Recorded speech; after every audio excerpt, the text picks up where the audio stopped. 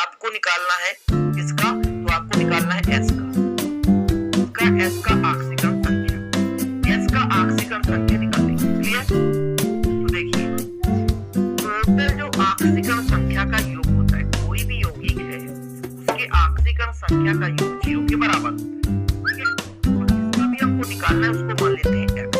ठीक है, देखिए हाइड्रोजन कितने हैं? अब एक हाइड्रोजन का होता है एक, तो दो हाइड्रोजन का 2 गुना 1 हो जाएगा।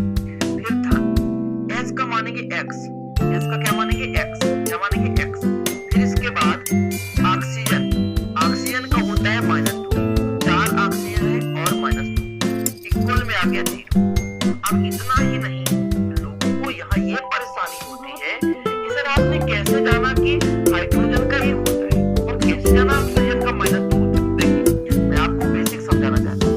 हाइड्रोजन का परमाणु क्रमांक 1 होता है, पहले कक्ष में केवल 1 इलेक्ट्रॉन है और पहले कक्ष में जो होता है 2 इलेक्ट्रॉन।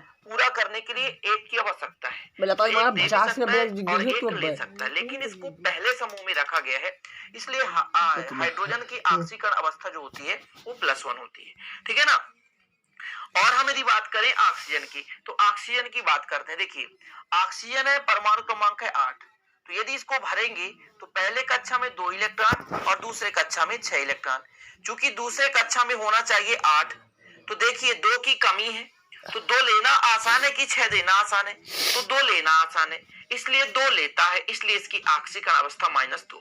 मतलब ऑक्सीजन की ऑक्सीकरण अवस्था -2 क्यों होती है? क्योंकि इसके बाह्यतम कोश में 6 इलेक्ट्रॉन होते हैं और 6 होने के कारण 8 को पूरा करने के लिए 2 इलेक्ट्रॉन लेना चाहता है, इसलिए ऑक्सीकरण अवस्था -2 होती है। इतना क्लियर स्टूडेंट? चलिए अब इसके आगे कैलकुलेशन कर सकते हैं। 2 1 कम 2 धन x और 4 दूनी 8 इक्वल 0। अब आप 8 में 2 घटा दे तो x - 6 बराबर 0, तो x बराबर कितना हो गया 6, और ये +6 के रूप में होता है, तो इसका ऑक्सीकरण अवस्था +6 के रूप में होता है। ध्यान दीजिएगा +6 लिखना है आपको, प्लस नहीं लिखेंगे तो गलत कहलाएगा। क्लियर? तो H2SO4 का ऑक्सीकरण संख्या में मतलब सल्फर का निकालना था तो निकाल लिए। अब मैं आपको एक दे रहा हूं